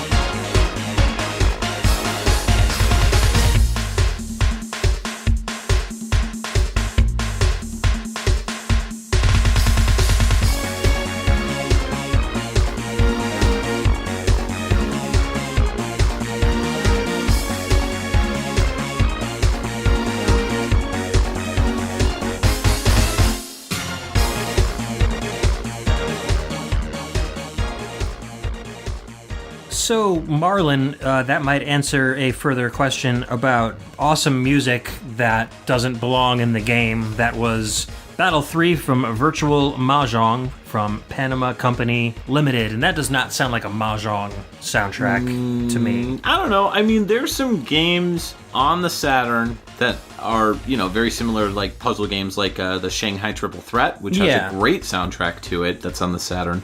And That's got a great soundtrack to it, and that really fits. But yeah, this may be a little too energetic for Mahjong. Just a little. Putting tiles down and picking tiles up. And, and disco dancing your entire way around the table. And no, I mean, this is a really well produced track. It's got those excellent like clap sounds. It's got those little breakdowns in there, orchestra stabs. It's got everything that cool disco has, plus like a high energy kind of a Moog synthesizer bass line through the whole thing. I was gonna say about that bass, it sounds almost sequenced. Yeah. Almost as if they did utilize the sequencer on that one, but it's got that twarpy like bass sound, very similar. Twarpy. That's like, a new word. Wow. It's got that sound to it that is very prevalent on stuff like the Genesis or the PC Engine, FM. True. So it definitely has that sound to it. Yeah, I heard this one and I was like, I've got to throw this one, and this is probably my favorite of my picks for the show. Unfortunately, Virtual Mahjong is just this game that all I could find was the introductory full motion video sequence on YouTube, which had nothing to do with Mahjong whatsoever. It was 3 really crudely modeled 3D girls on a beach, like singing this song. Okay. Walking around and singing this song, and then it just faded out. There was no title screen, like it just didn't have anything to do with anything. And also Panama Company Limited, I couldn't find any information as far as who they were. I had You're my buddy striking out on all counts. I know. I had my buddy Brian look at the Japanese web to see if he could figure it out. Nothing. Nobody knows anything anywhere. The only way I know it's Battle 3 is because it was called Bat 3 on the soundtrack sound files. I couldn't even find the image of the game to burn so I could actually play it on an emulator or in my Saturn. So, presented without comment, this awesome disco track. There you go. All right, then. I don't know. I got nothing to say. I mean, you got. Let's go through the list here. This may be a PixelTunes first. You've got the name of the game, so you've hit that mark. You've got the year it released, supposedly. You think you know the name of the track, which you say is Bat 3. Bat 3. But maybe you've labeled Battery. it Battle 3. It could be Battery 3. It could be Batista 3. Yeah. It could be Bat. Maybe it's an actual bat. It could be Maybe you're playing Mahjong with a bat. Bat Bangkok. Baseball bat. Baseball bat Bangkok. I don't know. I got nothing. Scott Bakula. Yeah. You don't know who Panama Company Limited is. You couldn't play the game, and all you know is that it has a cutscene where there's girls singing, and they're really crudely drawn. This is my finest moment. I'm pretty sure that you stumbled upon a porno. Perhaps. Probably. With thinly veiled as a Mahjong game. Yes. Yeah. Yes, which, believe it or not, there were a ton of on the Saturn. Oh, yeah. There's a game, since we have nothing to talk about, and, we're only 3 minutes in, there's an interesting little title for the Saturn called Yakuken Special. And this is rocks, paper, scissors, but it's also a stripper game. Meaning the ladies take off their clothes depending on if you win, what you throw. The interesting thing about this game... So it's John Ken porn? Pretty much. The interesting thing about this game is that it is, from what I hear... I'm not speaking on... Okay. I've never played this game. I've watched the cutscenes from it, and I've read a bunch of stuff on Reddit about this game and online. And supposedly people are saying that it is impossible to get the girls completely naked. Really? Yeah, which is a really good idea. Like, if I was making a game, and I was pretty much just making a smut game, I would totally make it so that you would have to keep trying to play to try to win. It's just like lottery. True. Yeah. Think about it. Because some people are going to have, there's no replay value in rock, paper, scissors. People who are just going to play just to see the girls naked. So if they can't see the girls naked, they're going to be like, oh, there's got to be some kind of trick to it. Maybe I got to stand on one foot and, maybe I got to sing Sky High do or this something. Particular pattern. Yeah. Maybe I got to drink a Brew Sky iced tea while on one foot. Yes. Stirring my drink with a Takanobu Mitsuyoshi stir. Holding the X and Y buttons at the same time. Yes. Up, up, down, down, left, right. Pressing the X button 3 times, XXX. Yes. So, you've got nothing. You fail on all accounts, Edward. Yep. And I'm darn proud of it. It's a great song. You salty man. If the song were not that good, I would not have put it in the show because of the lack of information, but I felt I wanted to share it. So, there you go. Hey, man. It's a good track. It is. It's a great track. All right, let's move on to a game that I have played. Everybody knows this one. Everybody knows this one. Well, can't say that. Okay, if you don't know this one, you should know this one. There we we'll go. With that. A Stall is the name of the game. The track is called Sea of Clouds, and this game came out in 1995. The track is by Tatsuyuki Maeda and Tatsuya Kozaki.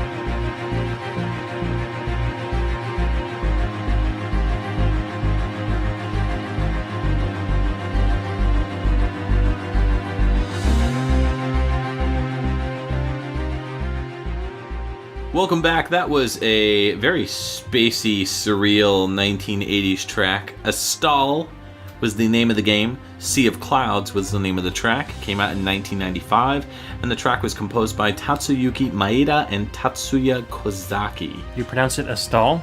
A Stall, yeah. How do you pronounce it? A stall? Why? I'm just messing with you. I figured you'd believe it, because I would, because it's you. we've been over this a billion times. I'm shocked you weren't like, oh, it's Ustal? Ustal? It's the Norwegian Finnish pronunciation? Don't you see the invisible umlaut over the A?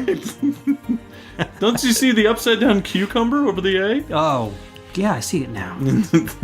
Wait, I'm just hungry. So the game is, let's put it this way, it's known in Japan as Kisusho Densetsu Astal, also known as Shining Crystal Legend Astal. This is a gorgeous 2D game. Yes. It's a platformer, and it uses all hand-drawn graphics. Really Lush gorgeous. forests, crystallized caverns, everything is just beautiful. It is gorgeous. This is one of the prettiest 2D games to witness on the Sega Saturn, aside from maybe, what's that game called? Princess Crown? You know, the makers of Odin Sphere, I think did it. Yeah. Vanillaware? Yeah, it's a Vanillaware title for that. But this one's developed in-house by Sega. It's a Sega Saturn exclusive. Even right down to the plot, this just reeks of 1980s fantasy. And this track did too. I mean, it felt like something. I was commenting during the break while we were listening. It sounded like something out of Legend, the movie Legend. Yeah.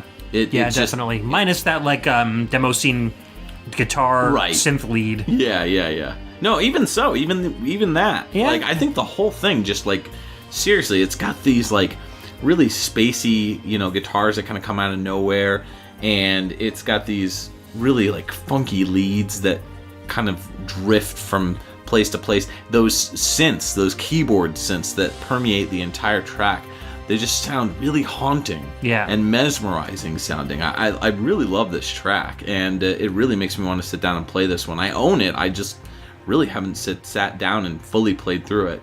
And I don't know, what do you think about the track? I like it, especially from where it appears in the game, because you are up, floating in like a skyway, basically.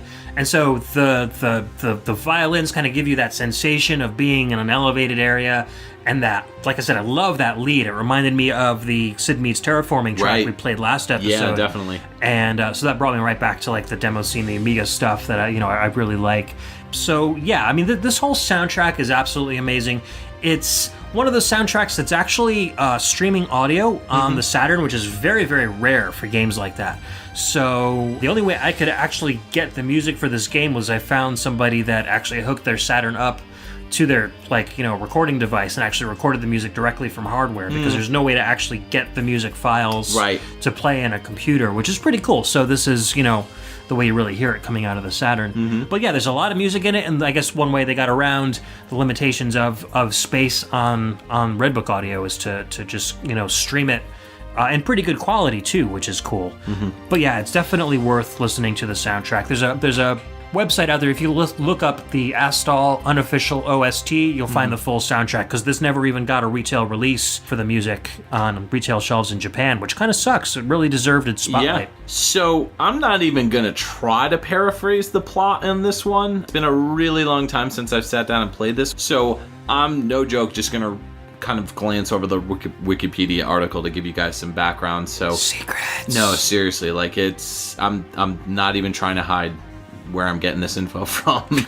So somewhere in the world, in the planets, in the cosmos, there's this goddess. Her name is Antois, and she created the entire world from one jewel. She created this place called Quartilia. That's the name of the planet that this whole thing takes place on. She creates the sky, the earth, the air. She also creates two people.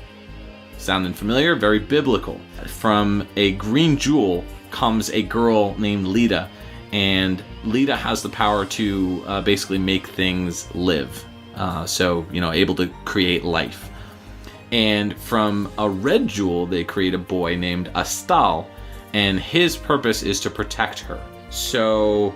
Wait, this is weird. Yeah. So if Lita makes things live, why would she create things that would cause her harm? So why would she need Astal to protect her? Like, doesn't make much sense. Well, the goddess creates Astal to protect Lita. Right. Right, but... If nothing can live... Let me finish, man! Alright, fine. So, at this point, the goddess was like, alright, I'm done. God rested on the seventh day. Peace. Boom. Peace out. So, Antois takes a nippy nap. At that point, there's a person, I guess another god or evil god, named Jredd, who tries to take over this planet. Geraldo? Geraldo? No, it's Jredd. Oh, okay. Not Geraldo. There's this evil person named Donahue tried to take over the TV talk show 90s spot, but the evil Sally Jesse Raphael stopped her. I knew you were going there. With her giant red glasses. But they all drowned in the Ricky Lake. Anyways, to ensure victory, Jredd created a warrior named Geist, and Geist kidnaps Lita. Holy crap. Obviously, Astal is like, yo, something bad just happened to Antois. And so at that point, which this is really funny, Antois is like, yo, you're an idiot. And so sends Astal to Quartilla's moon. I don't know. Bottom line is, you gotta free Lita. That's it. What happens when Astal has to poop in public? I don't know. You get a stall in a stall. Oh. Dad jokes. Boo. Anyhow, great game. Beautiful game. Nice platformer. I'm trying to move on from this. But you're not going to let me, are you? That was bad. That was really bad. So, anyways, the game is way easier on the Japanese version. You get 5 lives and unlimited continues.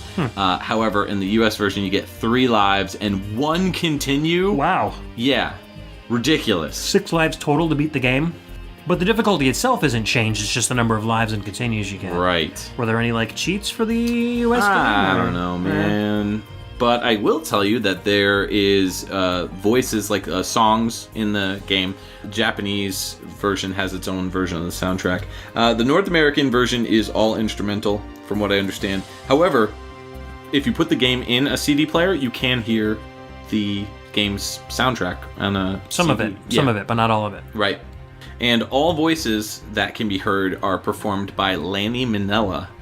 And she has voiced a bunch of different Sega characters, including Rouge the Bat and Omochao in Sega's Sonic Adventure 2 and Sonic Heroes games. Well, isn't that special? Yeah, I thought so. Astal is a great game. Really recommend checking it out. Really cool. Regarding the composers, Tatsuyuki Maeda, we've talked about before. He's a Sega guy, pretty much, I'm going to pick 3 random games. Here we go. Valkyria Chronicles in 2008, he did sound effects on. Okay, Sonic Advance 2, he did composition and arrangement. Co-composed that one.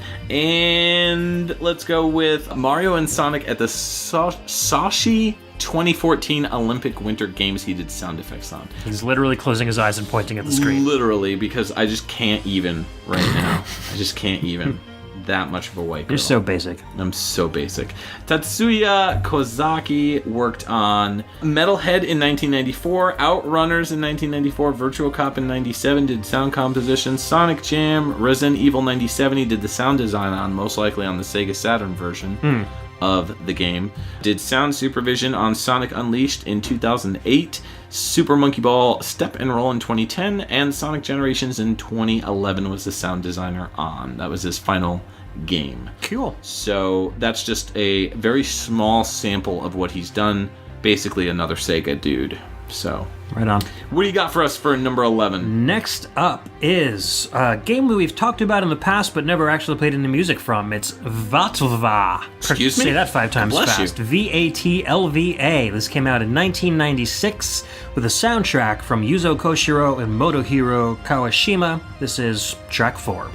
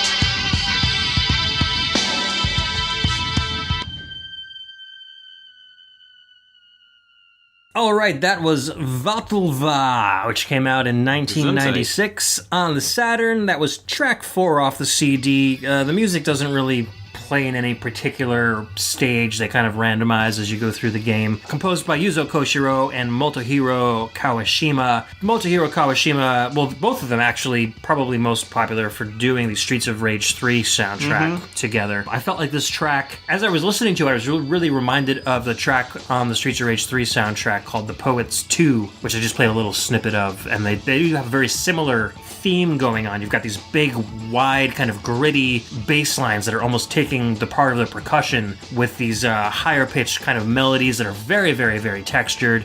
The Streets of Rage 3 song is a little bit faster than this one, and this one uses like more of like a live instrument, almost like an acoustic kind of guitar strum, but I felt like they had like really similar composition qualities. Yeah, I mean, even so, this one was very unique sounding for Yuzo. I mean, normally his work is a lot bouncier, a lot dancier, and I didn't really get that vibe from this one. It wasn't a bad vibe. Yeah. It probably wasn't something I'd pop on, my CD player or anything like that, but it definitely, I think, would work. It most likely works better as you're playing the game than, listening to it on the side. Yeah, I mean, I really like this kind of music, so I would listen to it by itself.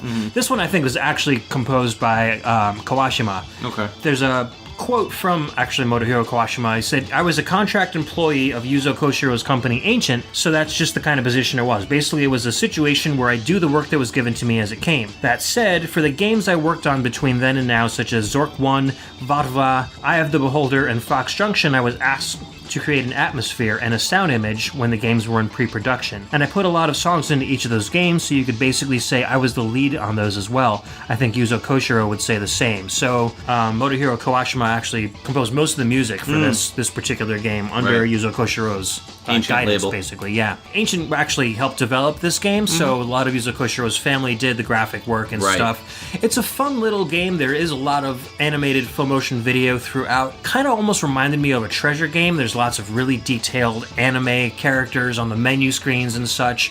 But then once you get into the actual gameplay, the sprites or the characters you control are very small and the levels are pretty big. And it's essentially like a one-on-one car combat game. If you could think of like Twisted Metal from the top down. Okay. You basically, drive around these tracks picking up weapons. You have several different energy bars for your different weapons. You can run out of your bullets and stuff.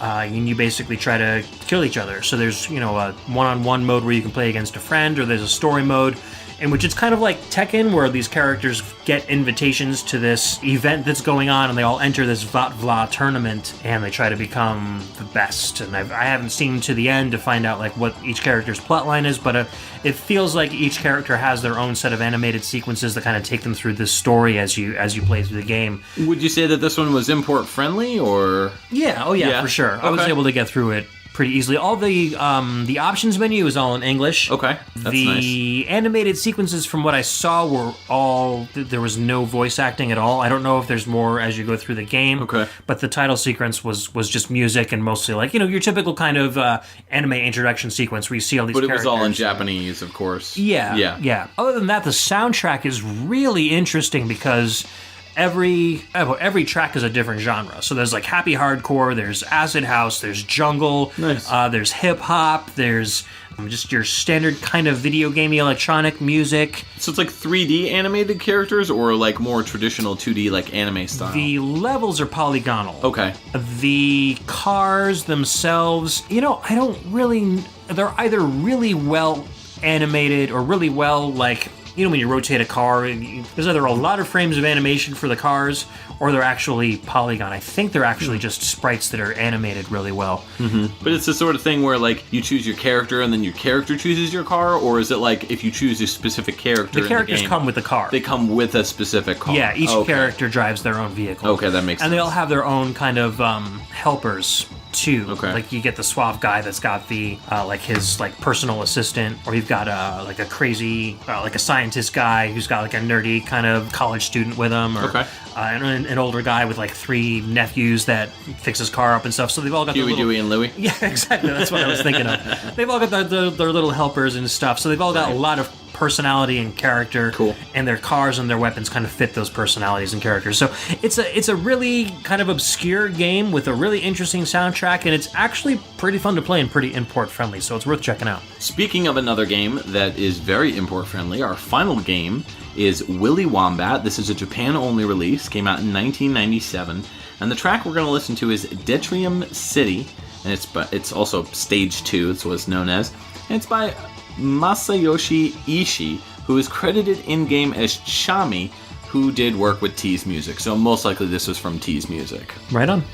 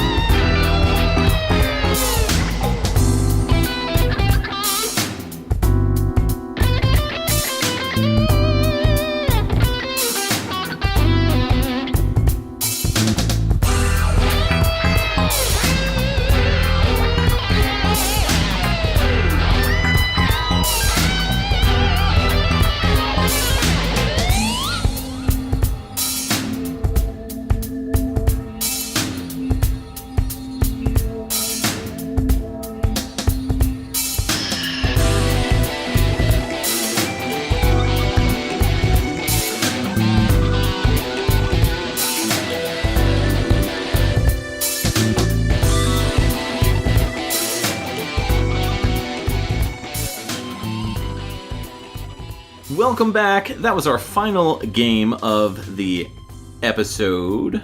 And the game is called Willy Wombat. It's a Japan-only release from 1997.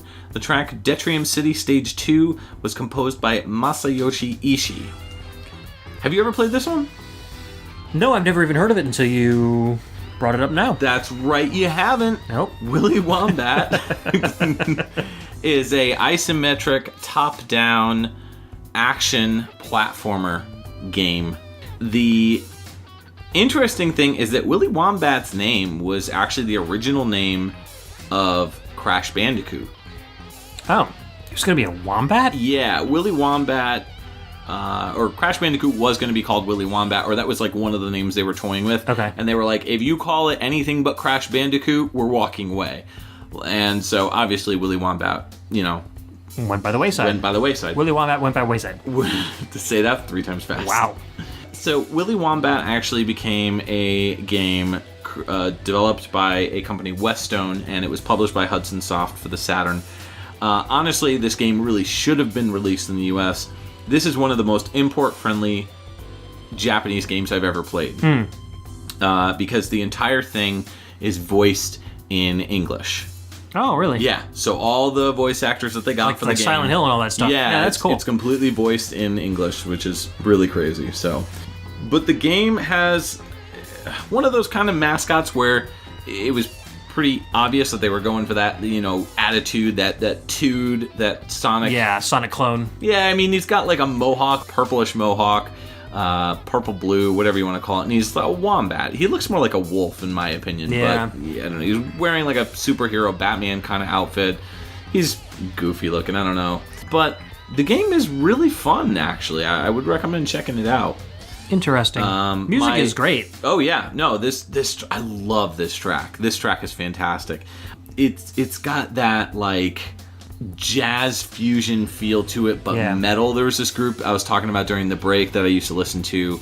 They only put out 2 albums as far as I know. Attention Deficit, and they are like a funk fusion acid jazz metal group. I don't know what you'd call them. They're Funkusion jazz avant-garde metal. I don't know, but they play stuff like this where it's got those funky, crazy, like off-time signature like leads, and it's really just a solid track. I mean, it starts off with this nice slow groove, and you're thinking, oh, like R&B, Motown, like that sort of thing. And then when it kicks in with the guitar, it comes out of nowhere almost, a wailing guitar, and I just really dig it. I thought a bunch of cats were dying. With their Yeah, I mean, it gets very kind of dissonant there, but after listening to it a couple times, I got the musicality a little bit. You got more. the groove like down. I guess I wasn't expecting it the first time I heard it, because it just kind of blasted out of nowhere.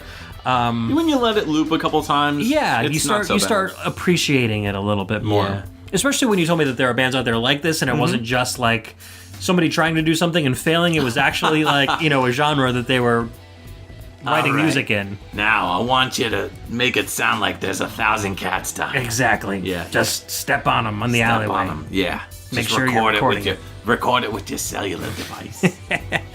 So we talked about Masayoshi Ishii not too long ago on our Yoshi episode. He composed the music for Yoshi's Island DS. So, brief overview. He did like the Cooking Mama series, Devil King, Sonic Rush, Blood Will Tell, Evil Zone, back on the PlayStation, which actually had a really good soundtrack. Yes. That was a cool game that we should feature at some point. The Japanese version, though, had such a better intro. You would probably disagree because it's more like an anime-style intro song, but just the whole intro cutscene was like way better on the okay. at least in my opinion. I'll have to check it out. Yeah, but interestingly enough, this game, I don't know, personally, I'm not a huge fan of the controls. They're not horrifically bad or anything like that. Like, it's completely playable. But the big gripe that I have is you have to constantly be rotating the camera. Okay. Because it is an isometric view, and so you're constantly rotating Willy Wombat around these areas, trying to get to the next platform, trying to make the jump, and you're also trying to collect all these various things in order to progress to the next level. So do you at least move the camera with like the L and R buttons? I believe it's the L and R. It's been a while since I played it, but yeah, I think you move it with the L and R buttons. If not, then it's two of the face buttons. But either way, it's just, I don't know. The whole thing kind of controls a little awkward at first. Is it wonky? It's wonky. Is wonky Willy Wombat? Is wonky Willy Wombat. This whole episode was just right full of for that. wonk. Yes. And Votvla, and Votvla. tube sliders and Takanobu Mitsuyoshi, drink stirrers. There's no general theme. The general theme of this episode is wonk. Wonky. Wonk. Just wonk. Wonk. So that is the game. Definitely a wacky game, but still good. All these games we picked are really weird. Yes. I mean, they're all Saturn just different. had some weird stuff. Yeah. It's just, like I said at the beginning of the episode, it's like Sega really wanted to kind of stand apart from Sony's more traditional approach to game design by just doing some weird stuff and just approving these games that were extremely bizarre on paper and even more bizarre when you actually get them on a TV. Sega just wanted to do some weird stuff with a tube slider. Yeah. And, if you go in and out of a Votvla too many times, you end up with a Willy Wombat. That's true. So we want to thank all of our listeners and our PixelChat contributors. If you want to contribute to questions on PixelChat, give us a shout out at pixeltunesradio@gmail.com. You could also shoot us a message on Facebook or, I don't know, tweet Twitter. at us at PixelTunesRadio, Instagram at PixelTunesRadio. Absolutely. Facebook.com/groups/PixelTunesRadio. That's our main hub world. I know there was some confusion regarding the page and the group. The page is completely separate. It's more of a way to trap innocent bystanders, and then we send them to the group where they can actually converse. Yeah. So the page is just for announcing episodes and stuff like that. But the Yes. group is where we all hang out. And you can find the post where the show is located and let us know what you think. Were there any new Saturn games that you didn't know about that you want to check out? Any soundtracks that wowed you in any sense that you want to hear more music from? Let us know. Wow. You Diary did it. Girl. Diary Girl. Not that again. Wrong episode. You can also check me out at youtube.com/dongold, and that is where you'll see Dude, You Haven't Played This Game, which is my video game review series. You'll also see Pixeltunes Radio, the newly dubbed Pixeltunes Plays, which is pretty much becoming Mike Tendo Plays. I know you're a busy guy. Yeah, busy it's getting harder and harder to do that kind of stuff. You and your lady parts. Doing I'm lady sorry, part things. What? Lady partner? No, lady parts. All right. I'm confused. And scared. Anyhow. I don't know. It's way too late for me to be doing a podcast. Yeah. So, no. But, when you're ready to, come blossom from your flowery remains, you'll come play some video games. Yeah, we gotta find a good game to play. One Yes. that's not gonna take eight episodes to get through. Yes. That's agreed. a big part of that. That is. Anyhow, you can also check me out on my other podcast, Impulse Project, at impulseproject.info, where my buddy Brian and I play music from the demo scene and the tracking community. We're actually going to be officially sponsored by the Evoke Demo Party, which is one of the biggest demo parties in the world. We're going to have a nice little historical show where we're going to probably go through the history of the party, and then we're going to have an after show party, or an after show. You have an after show party? An after show to a party in my pants. Nice. An after show party. An after Speaking show. of lady parts. I know. An after show podcast as well. So that's going to be a kind of a huge demo scene event that we're really happy to be a part of. So Nice. you can look forward to that in the future. And yeah. Anybody ever just show up to the demo scene party and all they've got is just a bunch of demos? The game demos? Yeah, like game demos. PlayStation like magazine PlayStation discs. magazine discs and I thought Sega this was a CD demo discs. party. Yeah. I thought don't you guys think said this was a demo I party. don't think that's ever happened. No? No. Well, it should. Unless like I'll be that guy. you would be that. I would be that guy. I heard this was a demo scene. Yeah. I've got demos. I'm at the scene. Demo scene. We'll be seeing ya. We'll be seen in ya. Yeah. So, what do we got next? Next up is a company spotlight on Quintet. These are the Quintet. guys that did like ActRaiser and Soul Blazer And ActRaiser. and ActRaiser 2. And ActRaiser. Yeah, we're going to have Todd on for that because this is a company that neither one of us are really familiar with. And, Todd is probably about due to be on a show with us because he usually shows up every 6 months or so. So Climbs out of his cave. yeah, so I asked him what show he wanted to do, and he said he'd love to do something on Quintet, and I'm like, sure. It's outside of our wheelhouse. I know a lot of people have a lot of affinity for the RPGs and stuff that you and I don't really play too much of. Sure. So I figured it would be a great way to kind of go outside our comfort zone and share a show that you guys might be interested in. We currently have Todd strapped in to a chair, Clockwork Orange style. force feeding him Super Nintendo RPGs. Yeah, just by the mouth. Just force feeding him games. Super Famicoms. Where else would you force feed him? The vulva? Or the Vatfla? The Vatfla? Or maybe his tube slider. I don't know. Slide it right up that tube. Yes. Yes. Slide it up. All right, that's going to do it for this episode Thank of God. PixelTunes Radio. Go listen to more Takanobu Mitsuyoshi and drink his Brew Sky. Blue skies. Peace out, guys. See you next time.